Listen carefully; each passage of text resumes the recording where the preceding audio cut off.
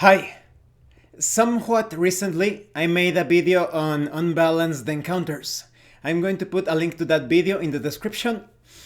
And I was thinking of another way to look at unbalanced encounters. Both game masters and players look at such situations as problems. But you can also look at unbalanced encounters as solutions to problems that already exist or problems that could arise later on.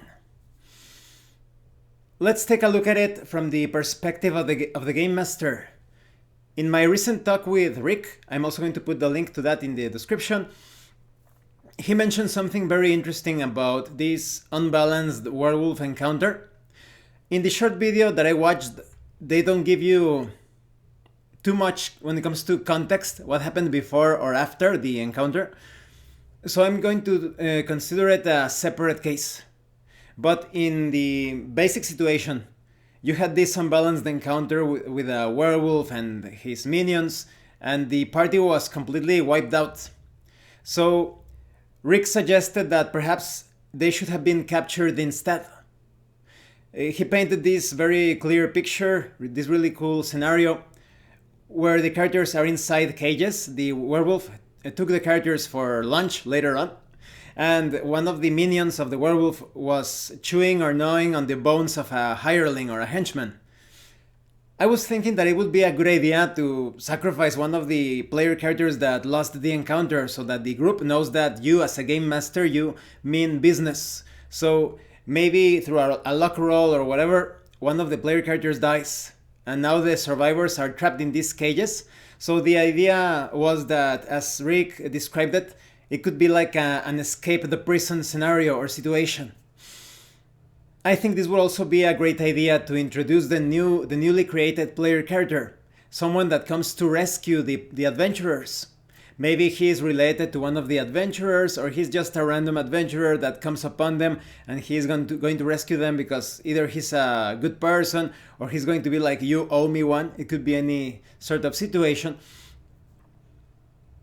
When it comes to characters dying, I always recommend that you create the new character with some disadvantages, that is 1 or 2 levels below the average levels of the party, so that it feels that it's actually a loss. Otherwise, you think that you can keep on killing and killing your player characters, and there is not going to be a repercussion because you only need to create a new player character and that's it.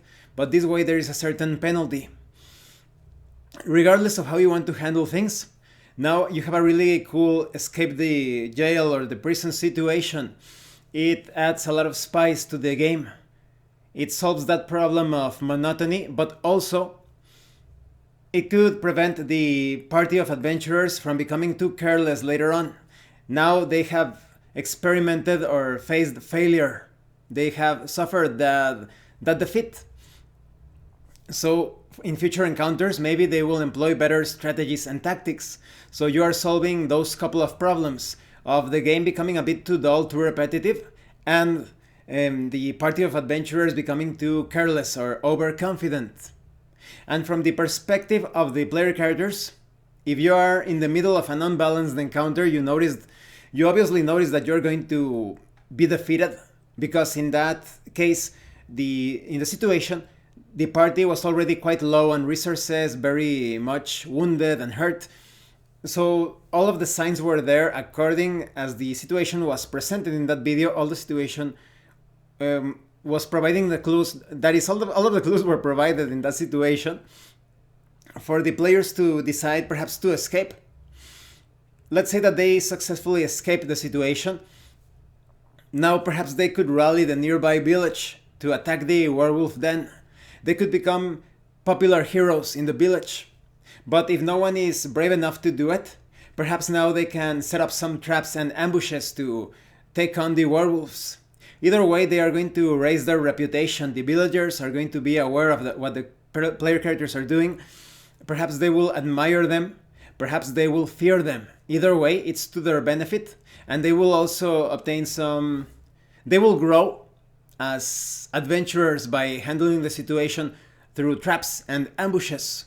So that's another way of looking at that unbalanced encounter. In both cases, from the game master's perspective, from the player character's perspective, they are rather dealing with a solution in disguise. Instead of seeing the unbalanced encounter as a problem, look at it as a solution, a potential solution. That's just my take on things. Maybe you can think of other ways in which you can use unbalanced encounters as solutions for existing or potential problems in your campaign. Please let me know in the comment section below or make a video response or whatever. As always, thank you for watching my videos. If you have any other comments or questions, please let me know.